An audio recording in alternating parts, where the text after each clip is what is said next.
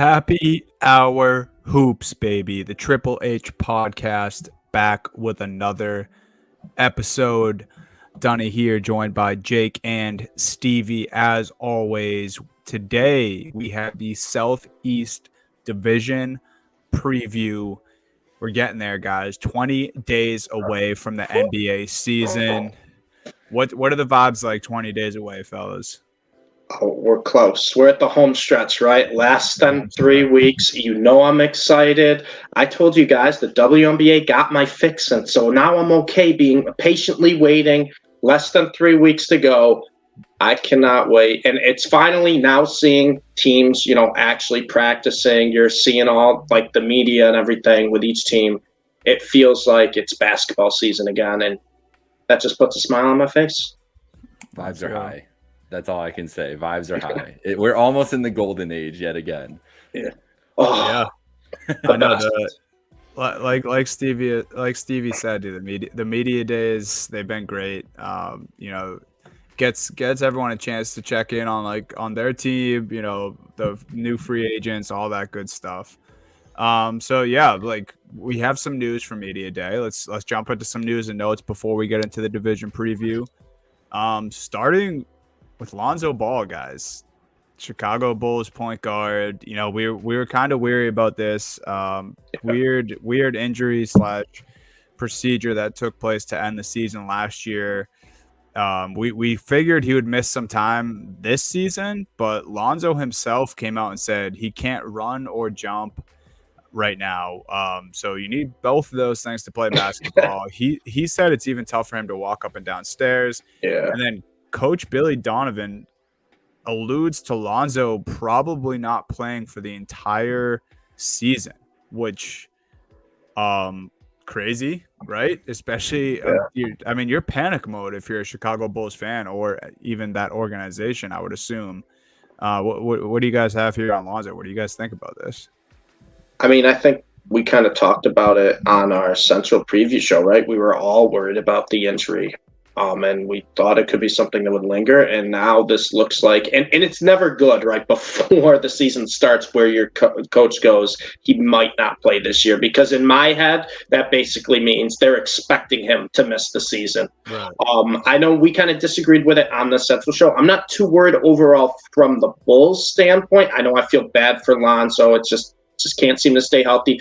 But I am excited to kind of see now Dosunmu and Kobe White in larger roles. I think both guys have shown flashes of greatness, and I think it'll be very exciting to see those two players in there.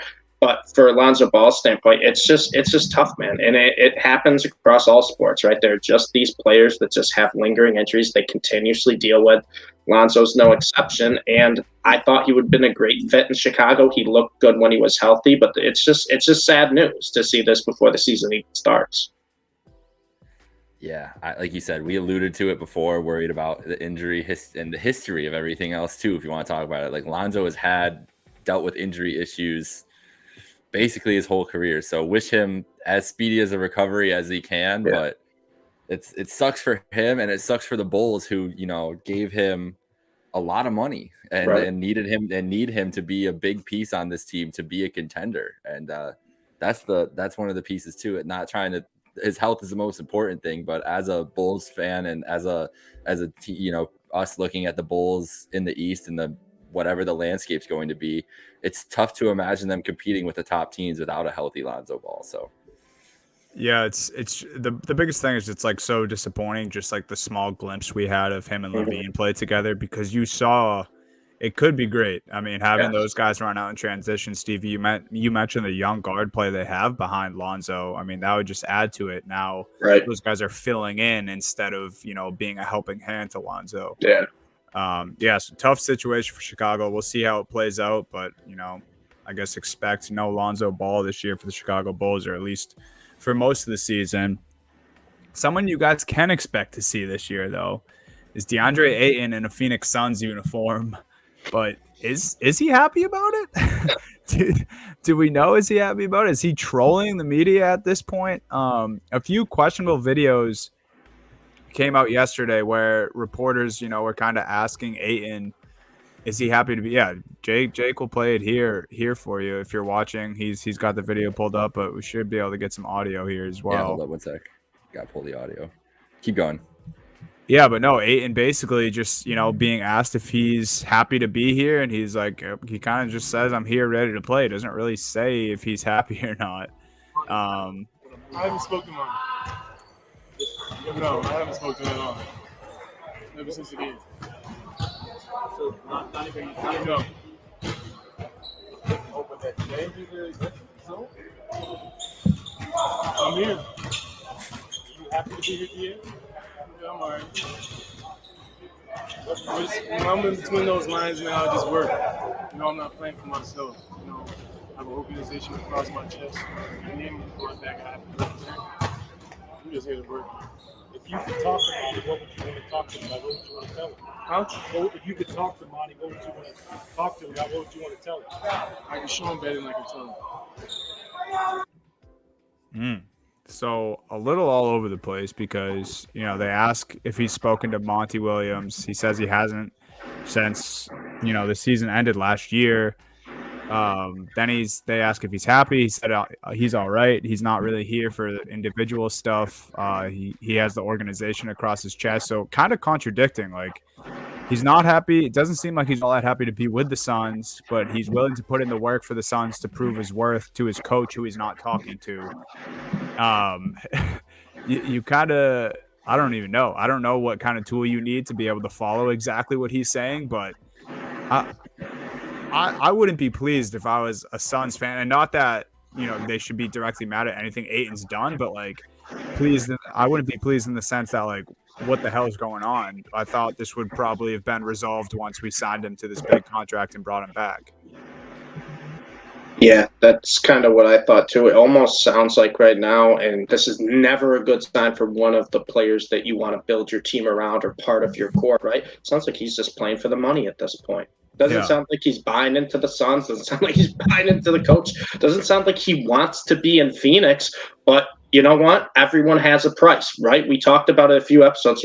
Everyone has a price, and I don't think he can turn around down that 130 million. I think it's 30 million this year he's getting. I think that's just kind of what DeAndre Ayton's motivation for playing is right now. And I don't know, it's everything's so cryptic right now with the NBA media, especially before the season starts. But it almost seems like that's kind of how I reacted to it. Is DeAndre Ayton's like, I'm here because they're paying me a shitload of money, and there's really like no other reason why I'm still here. Well, let's remember it was a matched offer sheet. So he did try to leave. He was ready to go to Indiana and sign and be a member of the Pacers. So I think that everything that we heard from last year, the drama and everything else, was true. And clearly there's been some shit going on with that organization.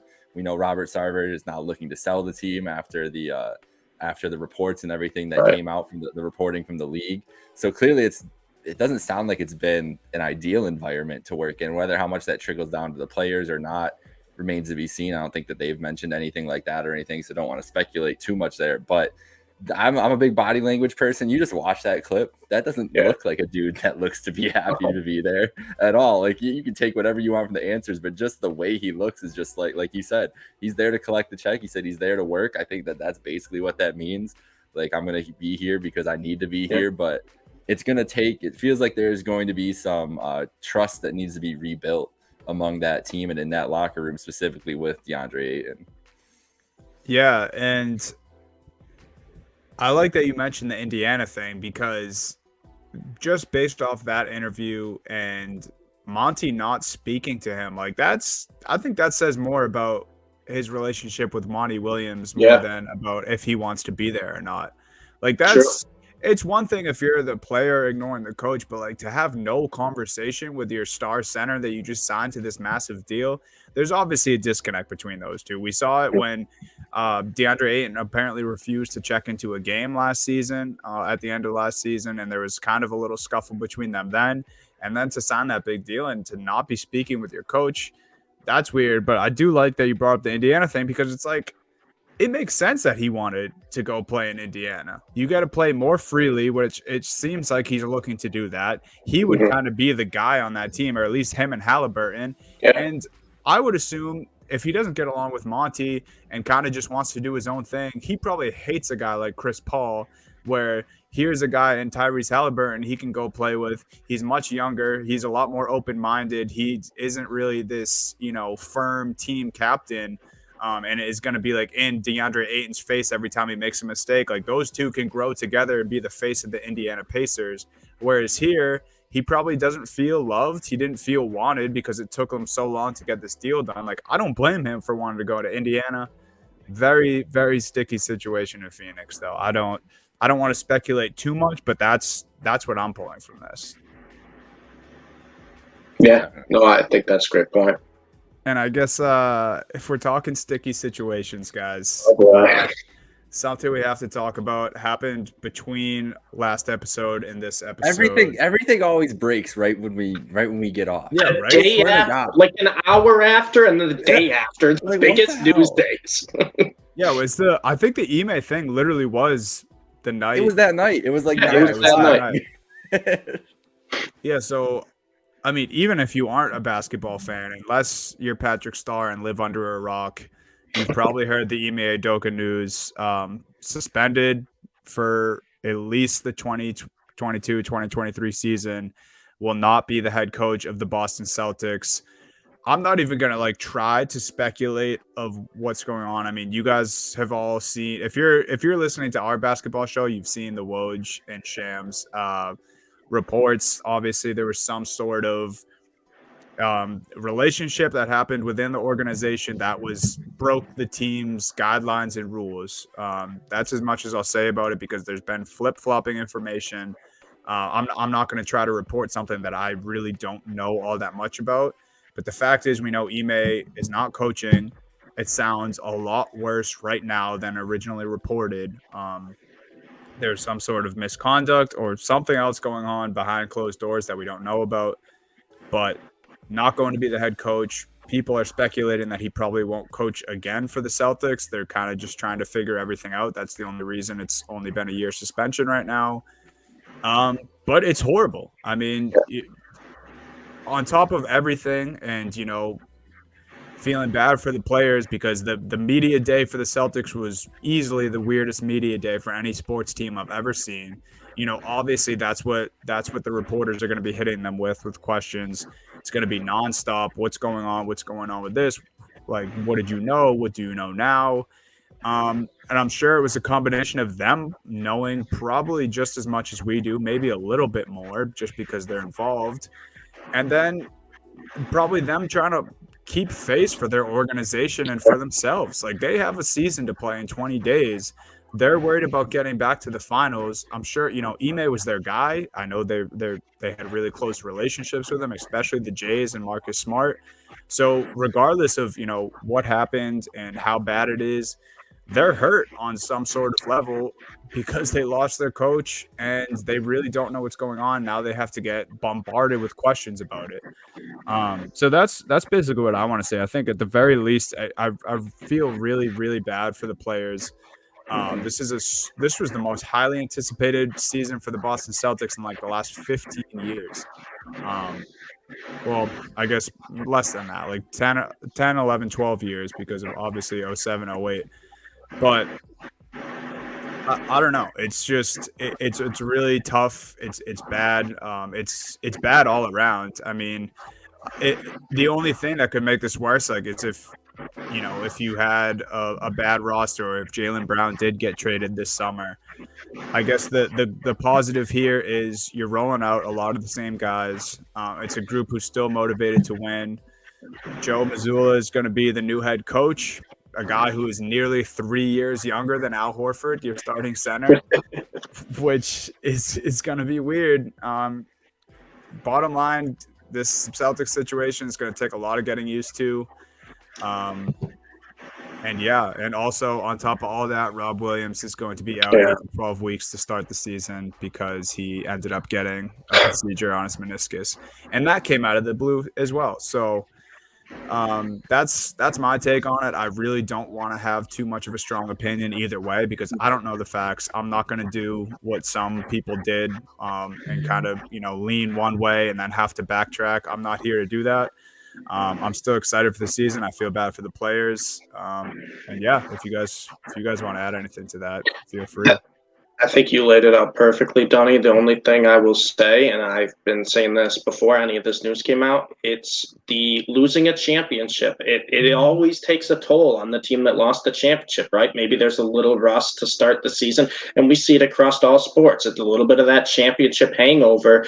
And the Boston Celtics, I was a little worried about them coming into the season because of that. And now you just have a giant distraction, regardless of, I'm not going to take a side one way or another. It's just a distraction.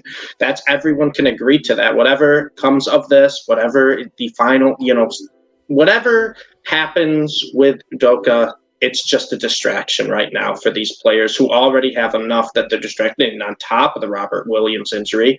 And you said it, with a super young head coach, it's not a good sign. It's not going to be a great, start to the season, I don't think. It may be a little rusty, but I feel for the players, because this is just something no one wants to deal with in any organization, especially coming off a championship run. Because before any of this, Dunny, I think you and I could have both agreed that we loved Udoka as head coach of the Celtics. We thought the Celtics were in a great spot. So now it's going to be tough. And I mean, we'll see what comes of it. Like I said, I don't want to take a stance right now. You laid it out perfectly. It's just a distraction that is going to continue to be a distraction for, I think, a while for this team.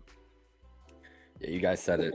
I mean, I haven't said anything on Twitter, and I haven't even brought it up to, I think, you guys that much at all either, because there's so much that we don't know about what's going on, and that's been intentional. I mean, Wick Grossbeck and Brad Stevens stood in front of media and were like, we're really not going to say anything because we are going to keep it private as long as we can.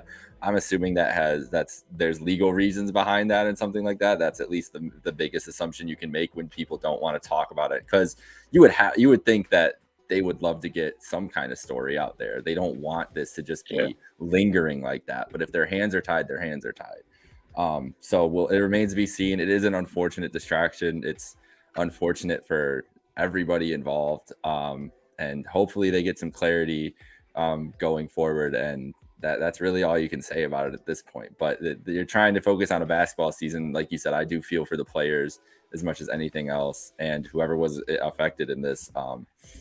Just not an ideal, not a great story. And like we said, like, the speculation has been kind of too crazy. That's my biggest thing, is like been some irresponsible speculation since this broke last week. And that's one of the things that, like, with these kinds of stories, like, it doesn't matter about being first. Like, Woj's tweet to begin with was ridiculous. It was ridiculous.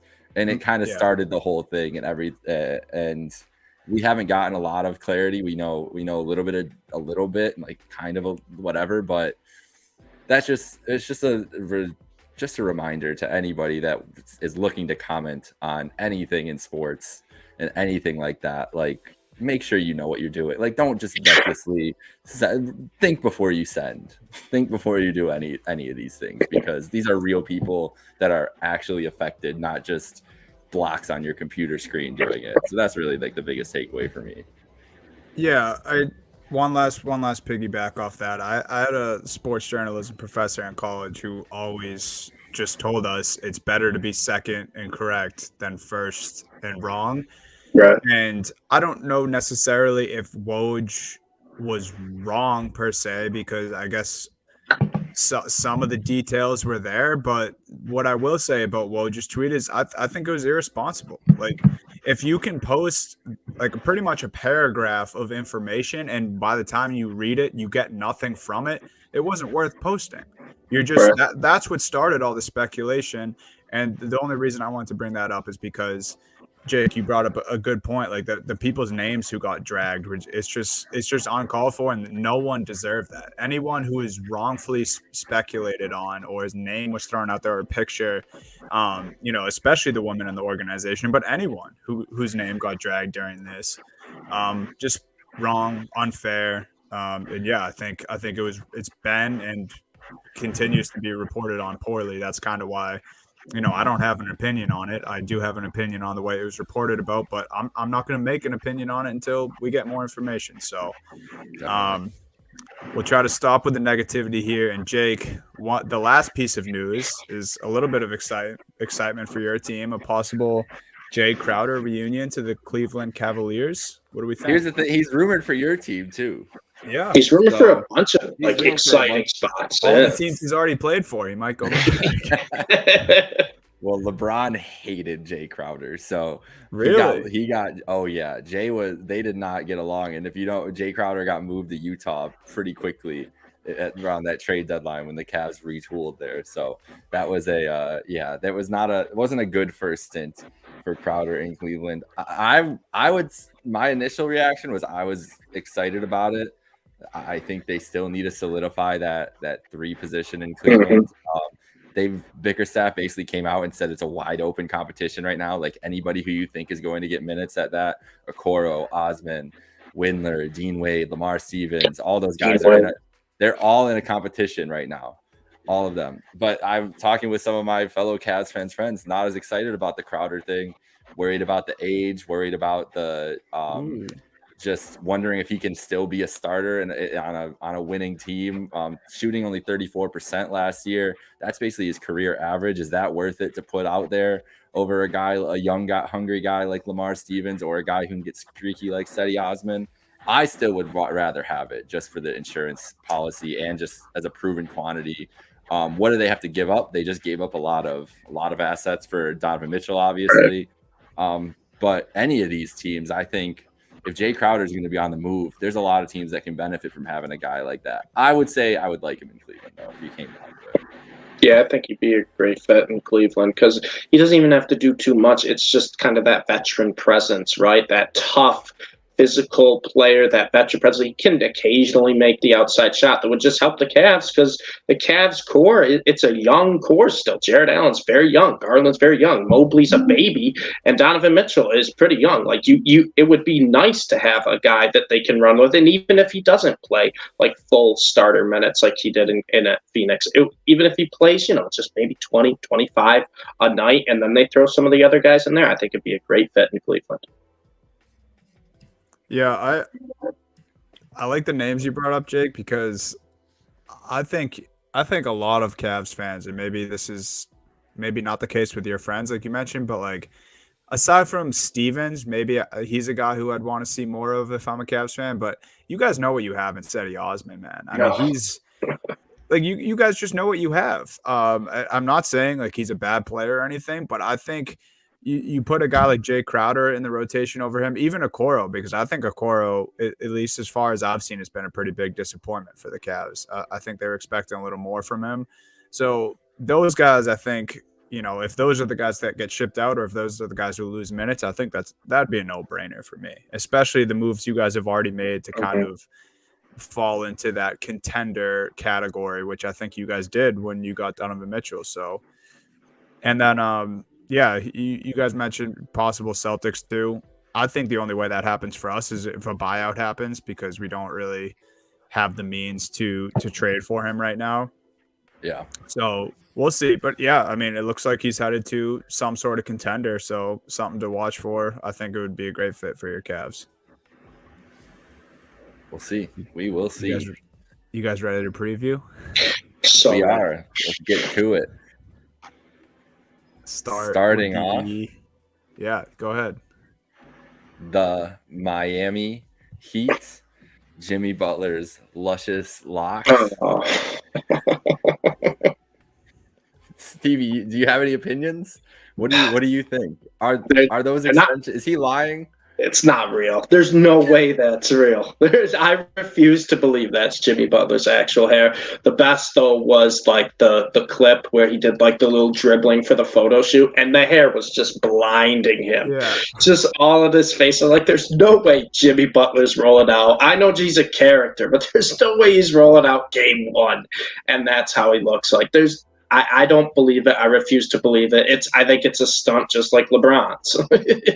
Yeah. Just for some reason, NBA players now are like, oh, I'm just gonna change my hair up, and that's gonna get clicks, and it does. It clearly does. It clearly works. But I'm not buying it, Jimmy. No chance. He did say he was switching up his hair all summer to troll people. So, like he's said that much, but he hasn't said if it's fake or not. And like, there's just no way it's not. Like I'm someone who's grown my hair out a couple times. Yeah. It takes way longer than that to get that type of length, dude. Dude, his hair is ridiculous. It was down to like past his nipples. I mean, come on now. He looks like Willow Smith and whip my hair back and forth. That's the vibe he's going for. But Jimmy Butler and the Miami Heat lost in a wild Game 7 to my Boston Celtics in the playoffs last year. 53-29. Their over-under for next year, though, is 48.5 wins. We don't really need much discussion here because we all have the over. Yeah. Jake, why are you taking the over here for the Miami Heat? I think they're a 50-win team.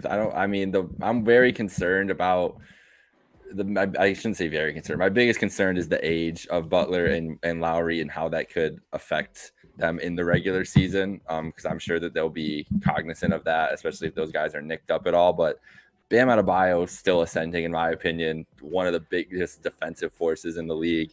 Still adding to his offensive game, a guy that I would build around my franchise with if I had the choice of guys. So I just think you look at the East and the top teams. I think they're going to be right there with your Celtics, with with whoever else is contending there, the Bucks and everything else. I still think they're in that top tier. Now, last year, I didn't think they were going to make the conference finals. Didn't think that they'd end up in the position they would end up. They proved that wrong. And I think that I'm going off of that a little bit with the winning attitudes and everything else they have, but they didn't really lose anything. A little bit of drama over the summer with Tyler Hero being in every single trade package offered for Donovan Mitchell, and he doesn't seem too happy about that. But maybe that is kind of the light under the fire he needs after up and down year last year. So I just think that 50 to 53 is the range of this team, as long as the age doesn't catch up and injuries don't catch up to them. Yeah, I'm kind of right there with you, Jake. I mean, they basically brought back the same team as last year, and the only big difference from last year to this year is they're healthy in the preseason. Last year, that really wasn't the case. They were waiting for some guys. Some guys, weren't really participating at the start of camp. This year. They are healthy. They're ready to go. And I mean, we didn't really see anything in the Heat last year to not think that they're going to be above 48 wins this season. Jimmy Butler is a superstar. He's great. And, Tyler Hero, I know he was included in trade packages. I think it will. I think he's the type of player will light a spark under him, regardless if he comes off the bench or if he's actually going to start this year. Who knows? But Tyler Hero is someone I think that could make a big leap this season. And like you said it, Jake, I mean, this is just the same team. They're a good team. They've been a good team. It's the Miami Heat culture. It's just how they've always been. And the big thing for me is their health right now, where we're not dealing with lingering injuries. We're not really concerned who's going to be starting game one. All their key players are healthy right now. They added Nikola Jovic, not Jokic, Nikola Jovic. So we'll see what we can get out of him, because he's another exciting prospect from over the sea, which I'm really excited to see how he fits in with this team.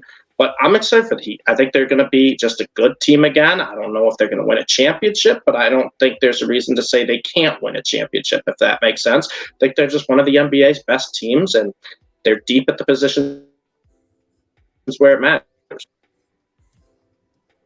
Yeah, I'm in agreement with you guys. It's pretty simple for me why I took the over. It's Jimmy Butler, pretty much the same team. They got a little thinner on the bench, especially with the bigs, in my opinion. Yes. But you mentioned they brought in Jovic and Eric Spoelstra. I mean, he wins. Right. He wins games. He's good at finding diamonds in the rough. He's good at developing players. They were a 53-win team last year. I think there's no reason they get to at least 50. The line's 48.5. Just made sense. Not to mention Udonis Haslam's back. That's a big part too. Oh my god, dude! Did you guys see? He said the 2022-2023 season is going to be his last ride. Oh yeah, okay. Bro, yeah, your last ride on the bench, dude. You've been doing it for the past 10 years. And no Dude, I love disrespect to it. Haslam because he was a good player in his day. Like his mid-range Jimmy, like you put it up against anyone's. He brought a certain toughness. He was heat culture. Like I get it, but like you're like it's not like you're not having an exit tour like you're Kobe Bryant. You can't call it the last ride. You've done his Haslam, man. Yeah. It's been your last ride. Yeah, you've been memed the past 3 years, dude. Like, oh, it is. I honestly, I guess I can't be mad at it because I get a laugh out of it every time. So, No, I yes, gotta shout out respect that he's Haslam. 42 and he's still playing in the NBA, right? Yeah, good for Haslam. No one throw him any lobs this year, please, for the love of God. Burning question, guys. Stevie, start us off. What do you got?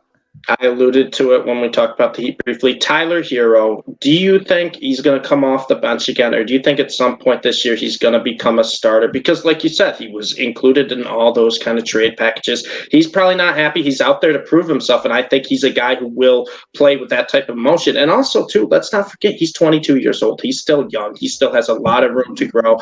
And I think to see him actually get more regular minutes could help with his consistency, which was the biggest issue last year, right? Because there'd be some games he'd come off the bench, he'd score 14 points in his first 4 minutes on the court. And then there's other games he just couldn't find his jumper. And I think a lot of that comes into not really getting the consistent minutes or not getting the starting minutes, getting the flow of the game. Do you think Tyler Hero at any point this season will be a regular starter for the Miami Heat? Or do you think he's just a six man?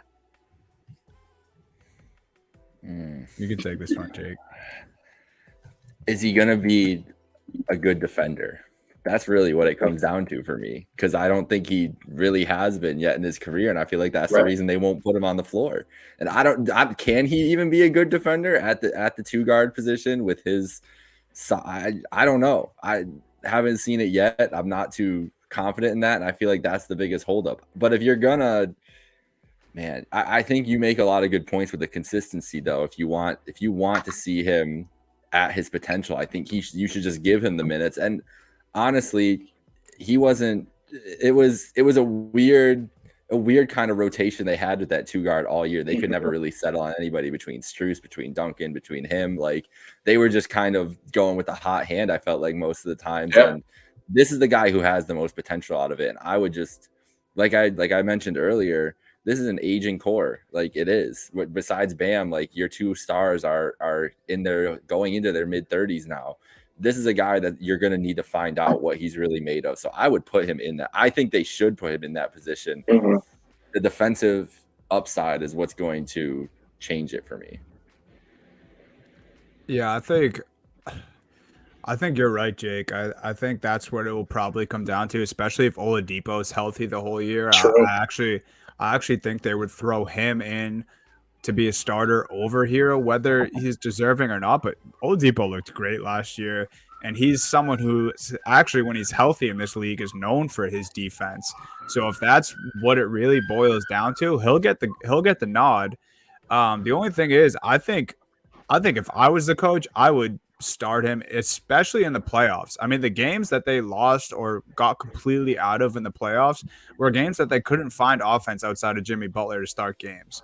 It was those games that Bam would go non-existent. It was games where Max Strus wasn't hitting his ridiculous long balls. And it was games that people game planned for Jimmy Butler, and they took him out of the first quarter. And then, but before you know it, you're down 15 points before Tyler Hero even checks in. So I think it would be a smart move to do it, maybe be on him a little more. He's talked about how he wants to be a starter. So, maybe it's to start the season, it's a prove it thing, but I think they'd be silly to not slot him in and at least give him a shot this year. Yeah, I'm with you guys. And you brought it up too, Donnie, with the playoffs, right? We saw Tyler Hero average almost around 21 points per game in the regular season, only around 12 in the playoffs. And I think a lot of that comes into the playoffs. It's a different type of game, right? Yeah. It's a more intense game. It's a more emotional game, more physical game. And it's hard for a guy to get into a rhythm, especially when you're a streaky shooter like Hero coming off the bench. I think he should start, but I think we'll see with the Heat, because you never know. I mean, it's Heat culture down there, and if you're not playing that type of defense, you're not going to start. It's just how it is. Mm-hmm. Jake, what's your question at? Now, my question was just Jimmy Butler's hair, so you can go ahead. We already got Yeah. We got that one out. We could do a full episode on that, but we won't. We really could. No, mine's pretty simple too, guys. Bam Adebayo. Jake, I know you started when we started talking about the Heat here. You're high on him. I love the talent. I think he's great. I think he's a great defender. Same thing as Tyler Hero, though. I think there was games in those playoffs, especially in the Celtics series, that he was a little too non-existent for me. I think, especially with Lowry and Butler aging, like you said, Jake, Bam needs to he just needs to assert himself more. He needs to prove how dominant he can be. It's great when he does in the regular season. It's great when he puts up a 20, 15, and 5 blocks game or whatever he's capable of.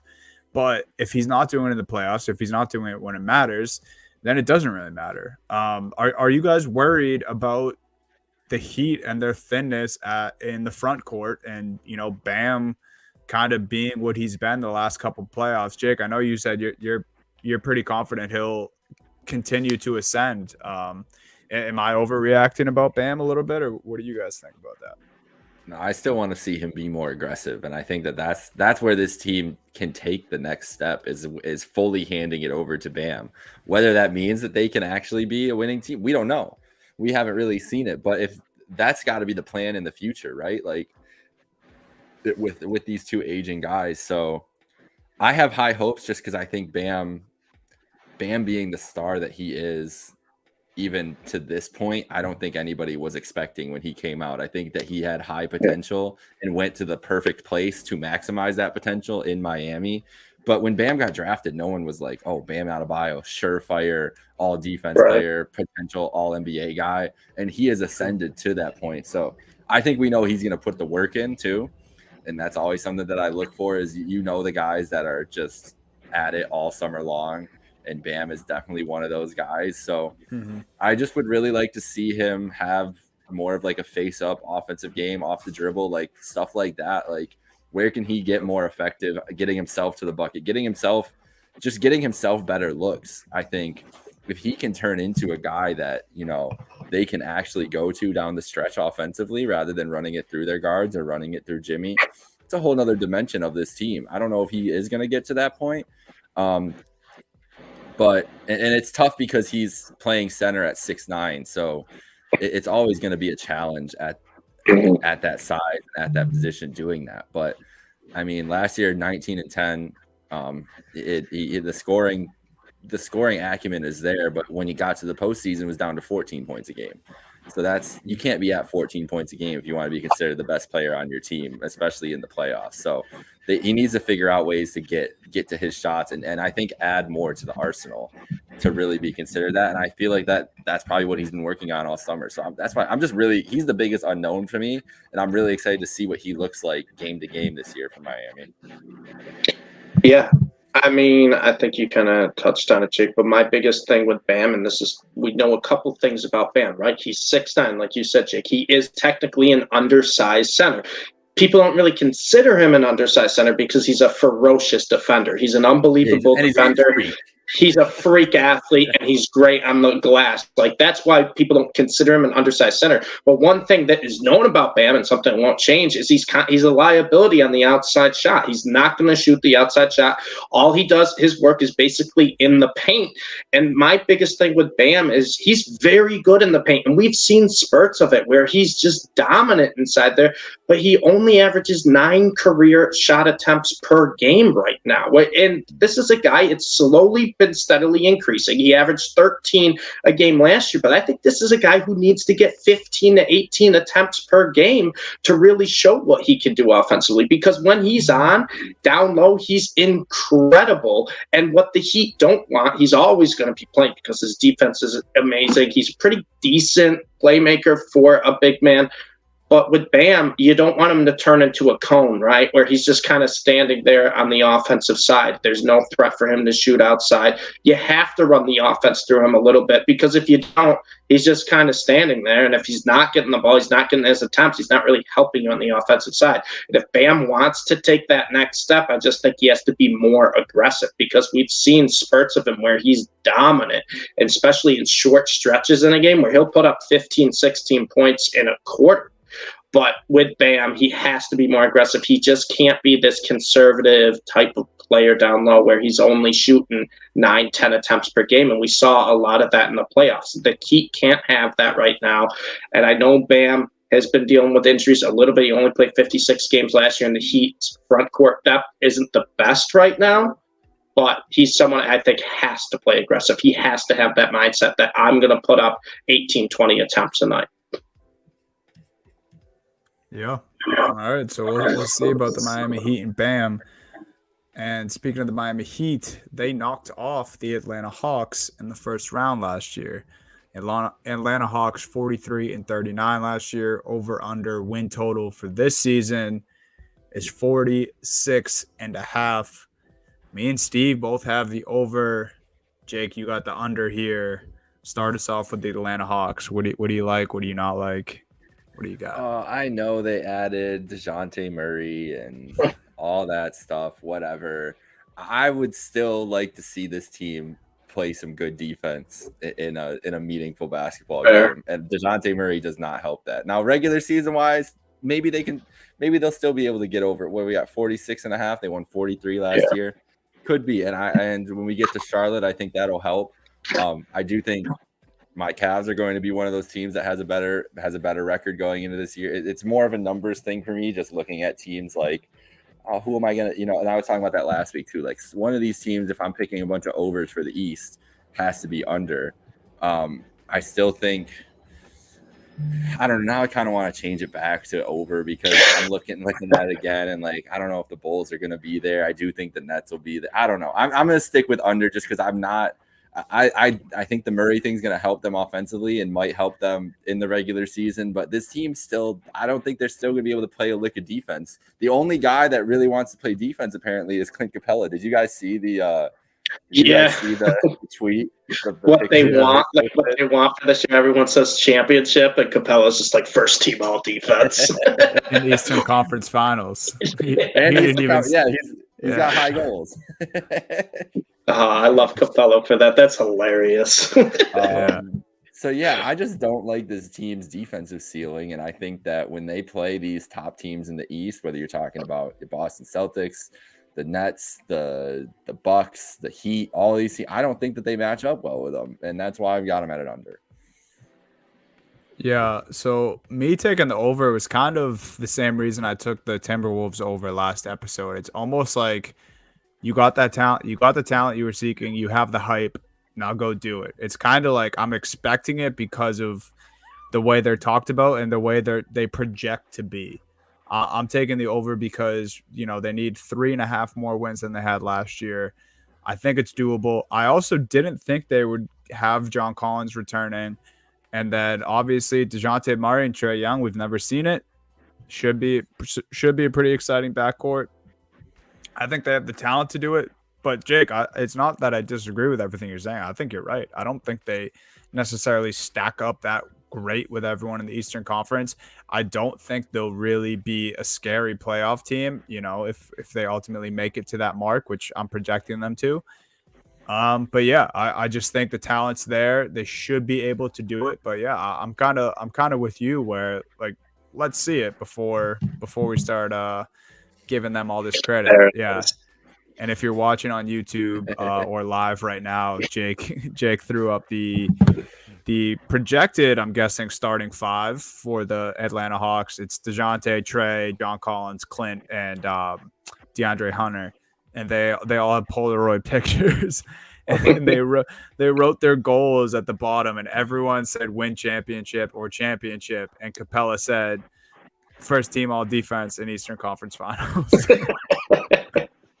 The social team did him dirty by even putting that up. They should have been like, I know. Like everybody else said championship. You might want to just write championship. Or maybe they did, and he was like, nah. Set the want Hurts bar to be low healthy. and achieve high. That's true. Yeah. That's true. That's true. It's just Gotta respect Clint for that. Gotta respect. I'm taking the over too, Dunny. You said it. Big thing for me is I think DeJounte Murray is one of the most underrated players in the NBA. I know he's not great defensively, but he had the second most triple doubles last year behind Jokic. He with 13. Wow, Murray is a crazy. guy who's going to take so much pressure off Trae Young. And the reason I'm taking the over is because we're going to get those games where Trae Young's just going crazy, shooting lights out. But the games in the past or last season when Young was cold, wasn't great, that's when the Hawks would get blown out of the gym. That's when they weren't good.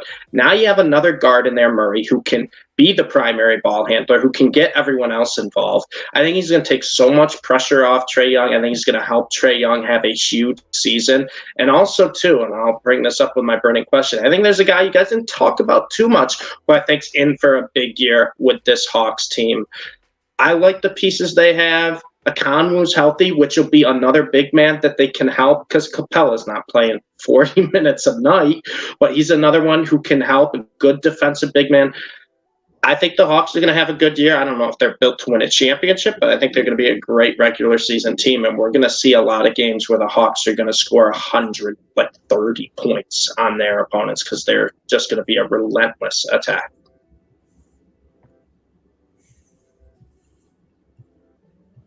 Yeah, so we're I guess I think we're all kind of saying similar things about the Hawks. I don't know. I don't really know what to think of this team, but let's break it down a little more with the burning questions here. Stevie, why don't you start? Because he's probably one of my favorite players it probably is my favorite player on the Hawks who your burning question is about. So let's hear it. It's about DeAndre Hunter, and this is kind of more, I guess, a biased burning question than anything. I think DeAndre Hunter is going to be very, very good for this team going forward. I loved him in college. He was so good at Virginia, and we kind of saw it was, granted, it was a small sample size, but he became, instead of, John Collins, he became the one. Not the 1B. Trae Young's the one, but he was the number 2 after Trae Young in the playoffs. Averaged over 20 a game, looked really good. And I know with Murray now it's going to be Trae Young, DeJounte Murray, but I think DeAndre Hunter can be the third there, part of that quote unquote big three, because every team has a big three now.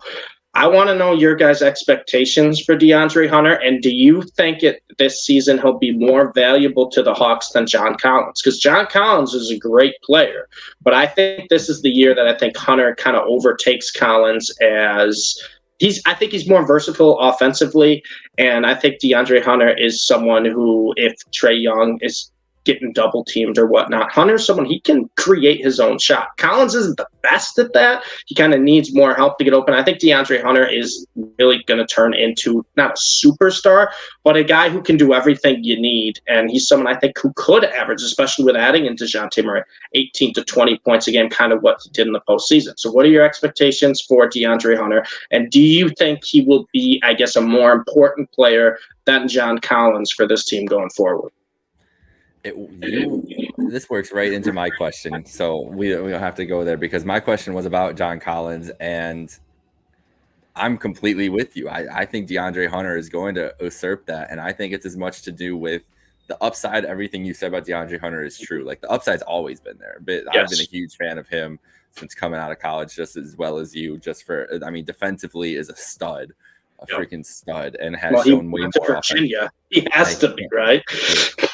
Yeah. So he's awesome there, but I'm just wondering like what the ceiling is for John Collins at this point. Like there was all these high hopes about him getting a max contract and everything else, and they kept him because they kind of didn't really have a choice. Like, you didn't want to lose him, didn't want to give him up for anything, trying to build this core up and everything. But I think everything you just said is perfectly in line with where I'm at. I think that Hunter is going to overtake Collins for all those reasons, and Collins has just been disappointing the last couple of years, and he doesn't look like he's improved as much as you think he would.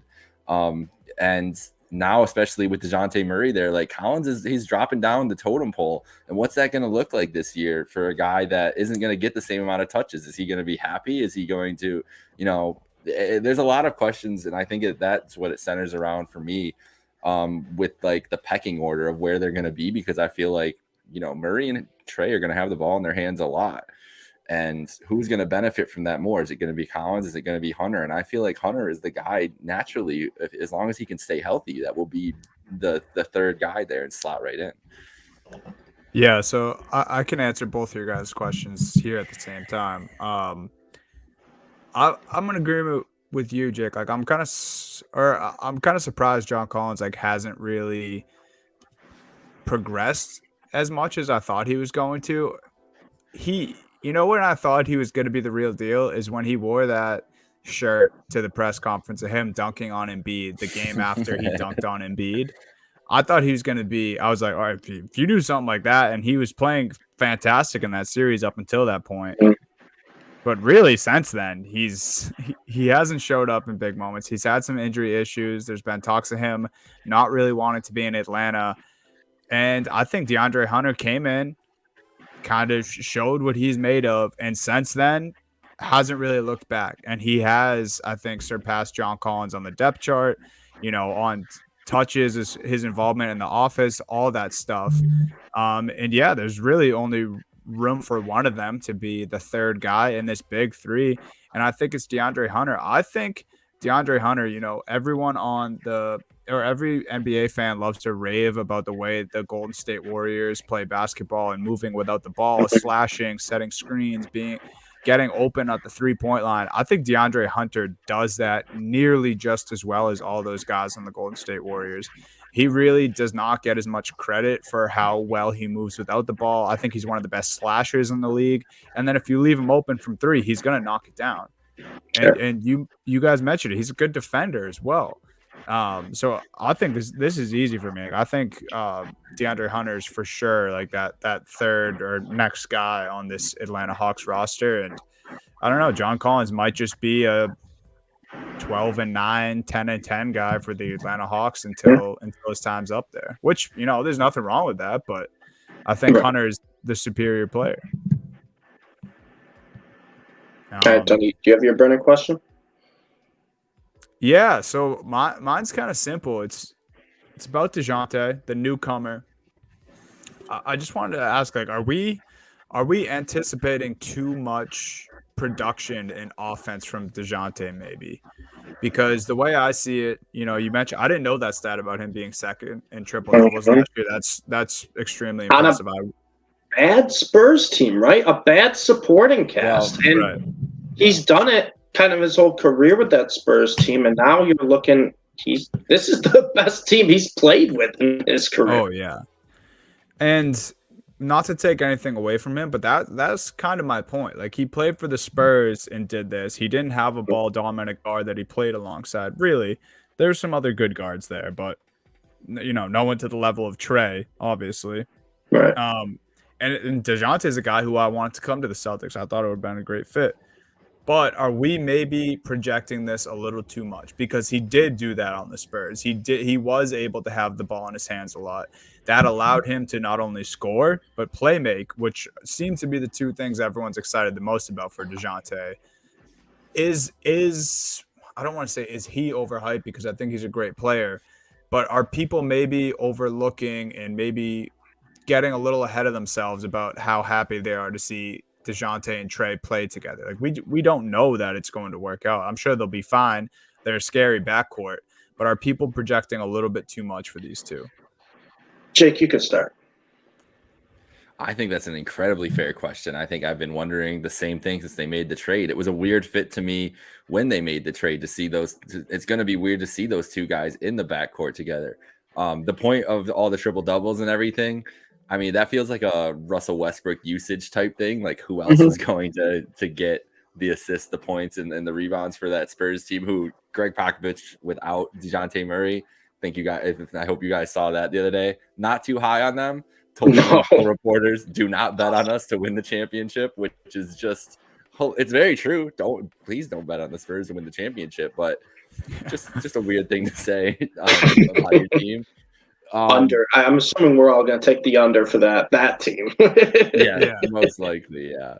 But I'm worried it's defensively more than anything, and I know I've said that so many times on this, but it really is the biggest worry for me with this Hawks team, and especially those two guards. Like are they going to be able to be on the floor together? And what's that going to look like? And Trae Young, you want to talk about usage rate. I mean, Trae Young's usage rate has been sky high since he came into the NBA. What does Trae look like with a guy who next to him that needs the ball to be effective more too? Like, I don't know if they're a good pairing together, really. Like I don't know if they're going to, I think they'll still be able to, be effective on the offensive side and be able to get to their own shots and everything. But is it going to be the most efficient duo in the league with those two guys together? I don't know. I have doubts about that. Might be on the opposite side of both of you guys. I have loved DeJounte basically since he came into the league. I think he's super underrated because the Spurs team has just not been exciting since he's really been in the league. He just kind of does what he needs to do. He puts up the numbers, but it's not just the numbers he puts up. He can attack the hoop. He's a very good driving guard. He's a very good playmaker. And I think this helps take so much pressure off Trae Young because, like you said, Jake, Trae Young, since he's been in the league, has had one of the highest usage rates of any player in basketball. Murray's going to take so much pressure off him. He's going to allow him to get much better looks too. And it's going to kind of be that classic situation where they can kind of alternate who takes the ball up the court, who we're going to run the offense through. It's going to be a situation, too, where if Trae Young needs to rest on the bench for a few minutes, you still have an all-star caliber point guard leading your offense, and vice versa. If DeJounte Murray, say he gets in foul trouble, or say he's riding the bench for just a few minutes, you can put Trae Young there. There's no concerns. The biggest concern is the defense. And we do sound like a broken record talking about this all the time, but they are both not good defensive guards. And that is concerning with how elite guards are across the entire NBA right now. They're not the best defensive pairing, but I think offensively, I think the sky's the limit. And I think this is a really, really good fit to not just get people to realize how good DeJounte is, but to really kind of help Trae Young and take so much pressure off him. Yeah, so we'll see, man. I like DeJounte the player too. I'm just worried that people may be over projecting. It's kind of like I said, it's kind of the same thing I feel for the Timberwolves team. It's like, is there too much hype? Are they going to fall short of that hype more than anything else? And Jake, if you didn't do this on purpose in the doc, it's the happiest accident ever because first we went for Miami, who eliminated the Hawks in the playoffs, and now we're going to the Charlotte Hornets, who got eliminated by the Atlanta Hawks in the play-in. So if you did that on purpose, well done. It's just the order. It's just the order they ended up in the standings. So they just kept true to exactly where they were in the playoffs. Yeah, they did. Yeah, literally did it to themselves. All right, we got the Charlotte Hornets, 43-39, lost to Atlanta in the play-in, like I just said. Over under on this team is 36.5. We are all on the under. I can guess why. I'll start. They didn't improve. Miles Bridges is up in the air, and they didn't improve. I'll say that one again.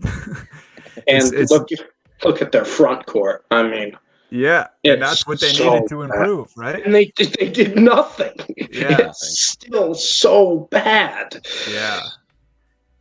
What I think with them winning 43 games last year, that's like surprising to me because the way they looked at the end of the season, I wouldn't have guessed that they won that many games. Right. Just being away from thinking about the Charlotte Hornets all summer, which I had no reason to do that. I didn't even know that they had won that many games last year. I'm going under, and it's pretty simple for me.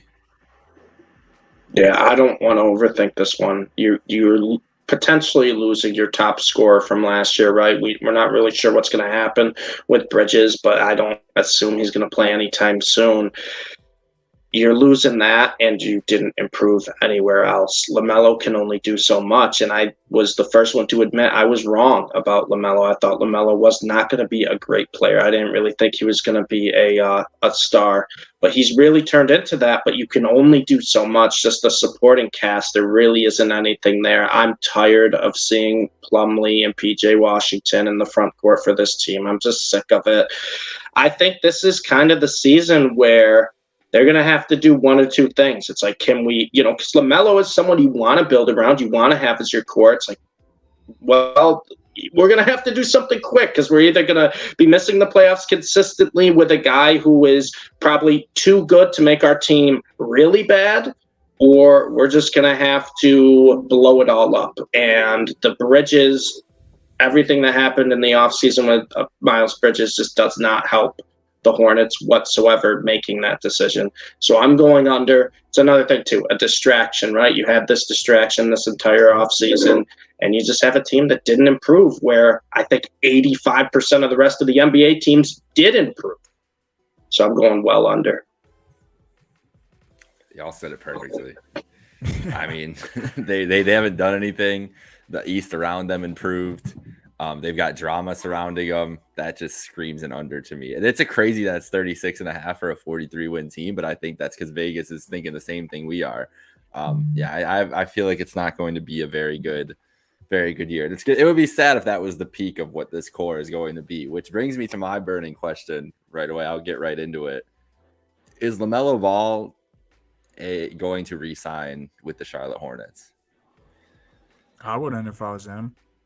I would be surprised if he did. With the state of this team's at right now, I'd be surprised if he did. I mean, they just signed Liangelo to a 10-day or like a non-guaranteed or their G League team or something. I don't really know the specifics on that, so I'm sorry. But it seems like they're already trying to do stuff to kind of please him and keep him around. But yeah, I mean, at this state, unless they make a drastic move, I would guess no. Yeah, I'm with you, Tony. They have to do and LaMelo Ball, the Ball family in general. It's a tight. You have to please them if you want to keep them around. LaMelo Ball is going to see a bigger city, brighter lights, and be like, "Hey, I want to go play there," and I wouldn't blame him. He doesn't want to stay in Charlotte, especially if this is the team you're rolling out with him.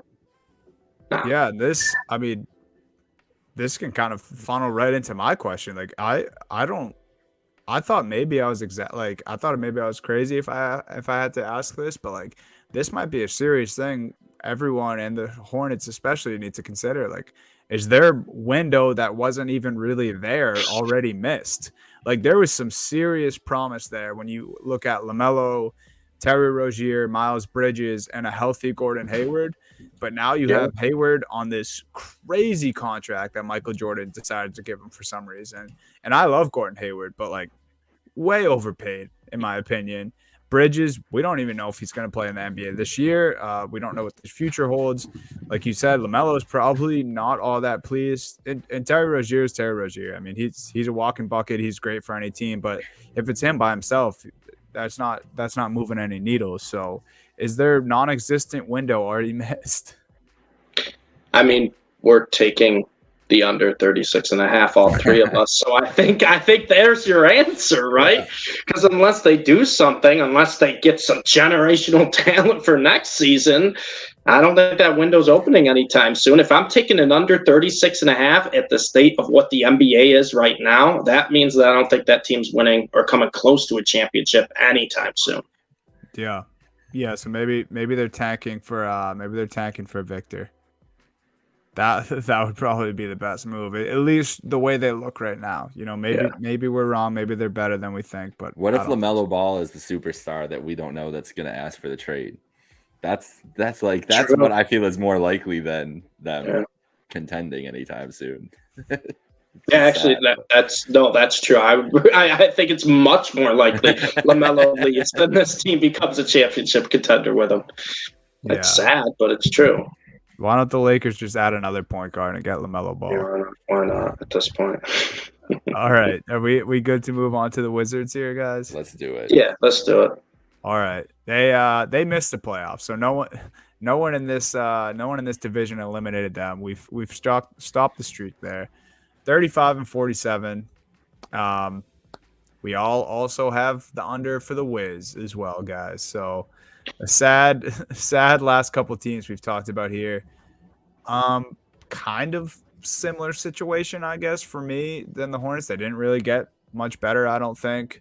I love Brad Beal, man. I think they have some good supporting guys, but I mean, it's just not it. They don't have a playoff roster, in my opinion. Not enough guys that move the needle. I think Brad Beal took a little bit of a step back last year, in my opinion. So yeah, I don't see it. I'm going under. Yeah, I'm under too. I mean, Porzingis just has kind of been a disappointment since he left the Knicks, and it's sad because I thought he had so much potential, but he just really hasn't shown anything. He didn't show much in Dallas, and it really said a lot what Dallas shipped him off for what they got back, right? Dinwiddie, a couple other pieces. It was just they were tired of Porzingis, and I'm not too thrilled about Porzingis. And yeah, Kyle Kuzma had a good year last year for the Wizards, but guys, it's the NBA right now. No one's scared of Kyle Kuzma. No one sees Kyle Kuzma roll up on the court and they're like, that's someone we have to worry about. This Wizards team is just very, very less, like, it's just, outside of Bradley Beal, there's no one who really gets me too excited. Like Corey Kispert was good at Gonzaga, but I don't think he's going to be an NBA star. No. He's going to be a good role player if you need him, but the Wizards can't really afford to have him be a role player because they don't really have much else. I'm taking the under as well. I think the Wizards potentially have a chance to be one of the worst teams in the NBA, just because I think a lot of the teams that were really bad last year got some really exciting draft picks and added some pieces. The Wizards, you can't go 35-47 and then just kind of do nothing, right? Everyone's going to catch up to you eventually. So I think the Wizards are going to fall down. I would say potentially this is a less than 30 win team. I'm complete agreement. And I would go right into my question with it. And I made it a theme with LaMelo last time. And I think, Brad Beal signed that brand new deal. I think that made him more tradable. He wanted to get his big deal. Is Brad Beal a trade target for a team this year? Yeah, I mean, yeah, go ahead, Stevie. I was just saying, I think any team would want to have Brad Beal. It's just a matter of making that become realistic, right? Yeah, so I'm in agreement with that. Like, I think most teams want Beal. I think that was pretty clear this summer. Obviously, no one really jumped on it, I guess, and he did get that bag. But I think that was kind of one of those situations where we saw player or organization being helpful to their star who's kind of been loyal to them. We see it in all different sports where they allow them to get either their money or sometimes they let them pick on between a few teams or where they want to go. So yeah, I think Beal could get traded. This is my question though, and it kind of has to do with it. That's why I'm kind of jumping to this right now, but Bradley Beal did say, he's been an all-star. He's played at all NBA level. He's put the ball in the basket, better than a lot of other guards in this league for his entire career. But then he said the last thing he wants to do is win. I don't see the Wizards winning this year. I mean, we all just took their same thing as the Hornets. Like we all just took their win total under, and it's in the 30s. So he's obviously can't be talking about the Wizards winning. So I wonder if that's in the back of his head too. Like maybe there's already something kind of in the works, or maybe this is something he discussed with the Wizards when he got that contract. I wouldn't be surprised at all if we saw Beal on the move, and I kind of think he's already alluding to that because I don't think he's doing much winning in Washington. Yeah, I mean, like I said, I don't think this team's going to be good at all. So if Bradley Beal wants to win, then he's got to go elsewhere. It's a simple answer. I know it's a boring, simple answer, but I just don't think he wins with this team, and I don't think the Wizards are in a position to build around this team. And he's been loyal to them, so if he wants to win, I think they're going to ship him off to a contender, somewhere he probably wants to go, and I think that's the right move. And then it will be Johnny Davis's team. Well, yeah, that's kind of where I was going with my burning question. I mean, and Jake, you can answer the Beal thing too if you want. But my burning question with this kind of goes into how we all think the Wizards are going to be bad. I think this team eventually is going to have a full rebuild where they blow everything up. Is there, and I was going to say besides Johnny Davis, because they just spent a high draft pick on him, is there going to be anyone that you think the Wizards want to keep around if they do go the rebuild route? Obviously in this scenario, Beal shipping off a lot of guys they could try to get picks and assets for. But in terms of players they have on their roster right now, outside of Johnny Davis, is there really anyone that the Wizards would be like, no, we're keeping this guy. He's untouchable. He's going to be part of our core? No. I don't think so either. And I like Kispert. I mean, I know Denny Avila was a pretty big bust so far at this point in his career, but man, it doesn't look great. It doesn't look great. Even Johnny Davis too. We haven't seen him play yet, but it could be if they get a crap load of just assets and picks for him. Why not at this point? It's the NBA. We've seen high draft picks get swapped before. Oh yeah. Yeah, the only guy I could think of is Kuz because I feel like he did have a good year. He's still on the younger side. He's kind of a fan favorite wherever he goes to. He kind of puts butts in seats. So maybe, but I mean, obviously if their deal is right, they're shipping Kuzma. So I don't think anyone's untouchable on this team. Neither do I. And I would blow everything up. Yeah, every single tank, full on tank if you're gonna do it. Yeah. Reminds this, this could be another team going for Victor, man.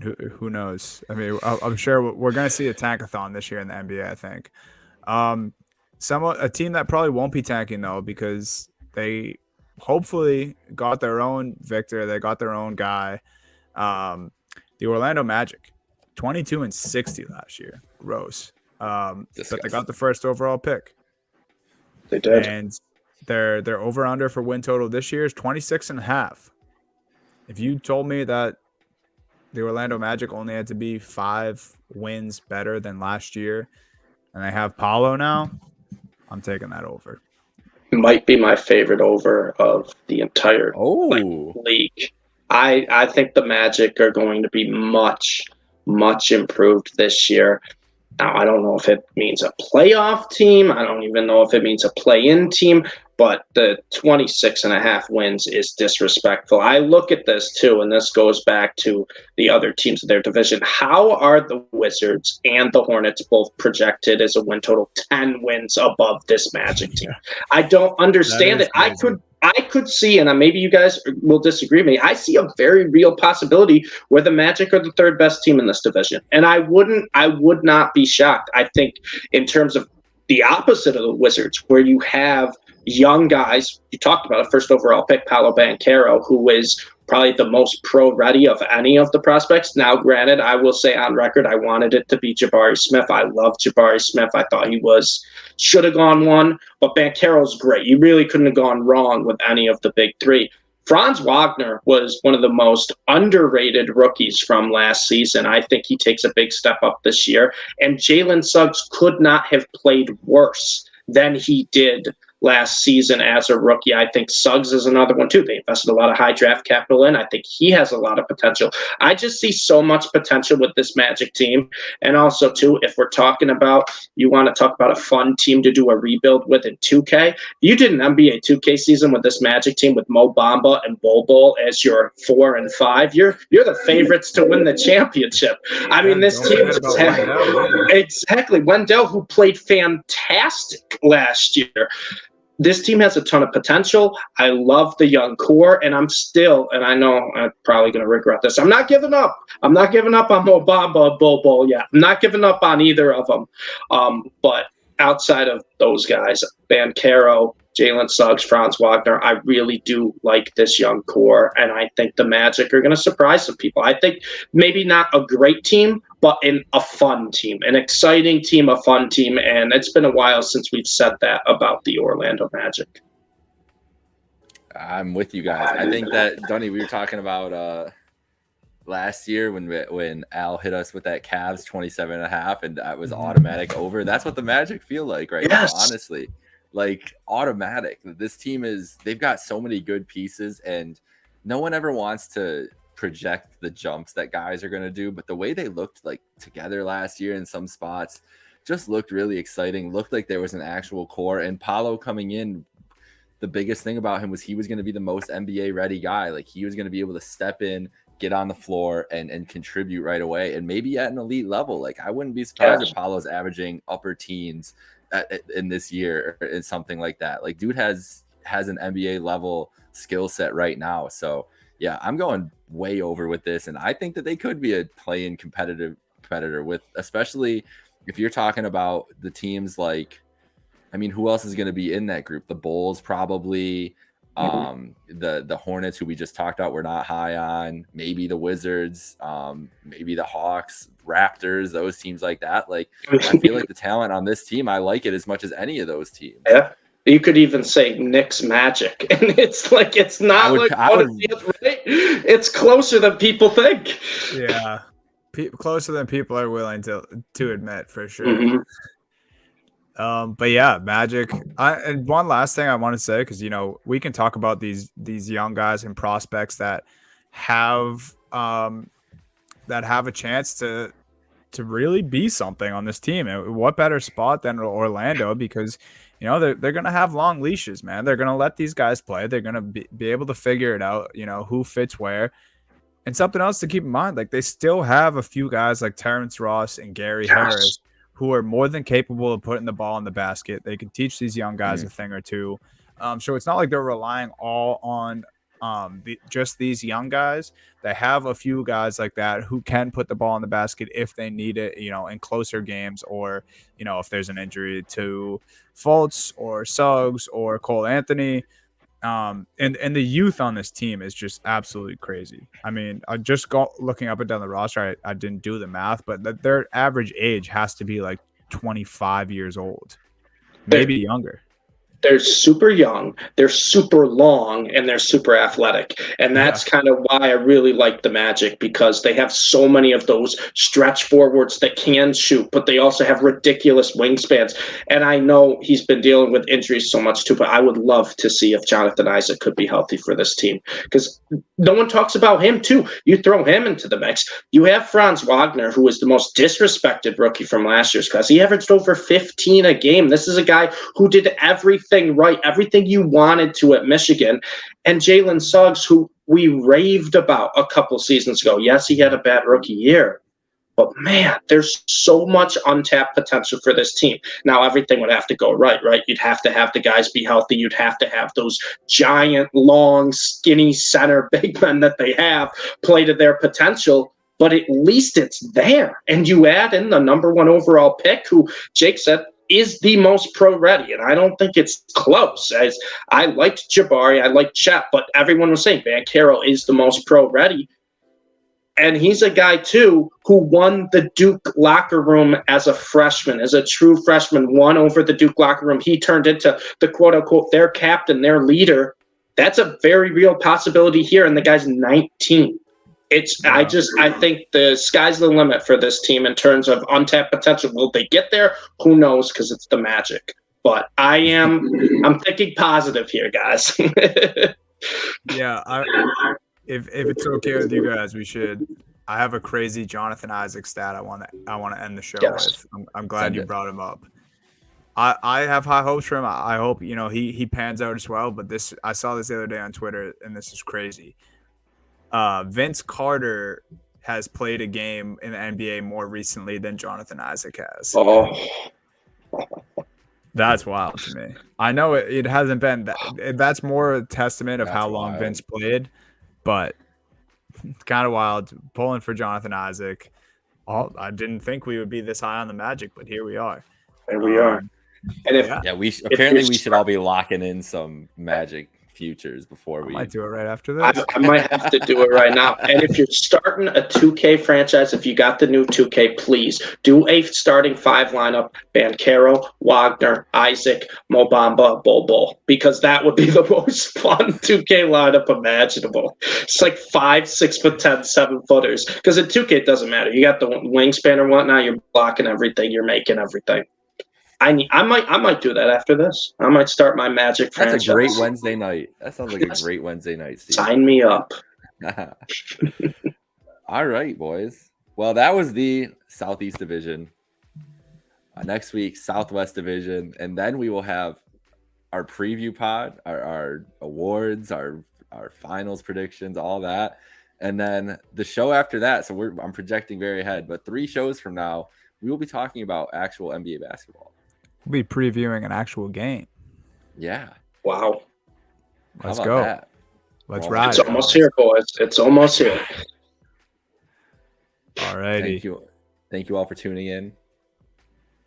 For Donovan Holden and Steve, Jake Micah. Follow us at Heavy Hour Hoops 1. Subscribe wherever you get your podcasts. Have a great night, folks. Peace.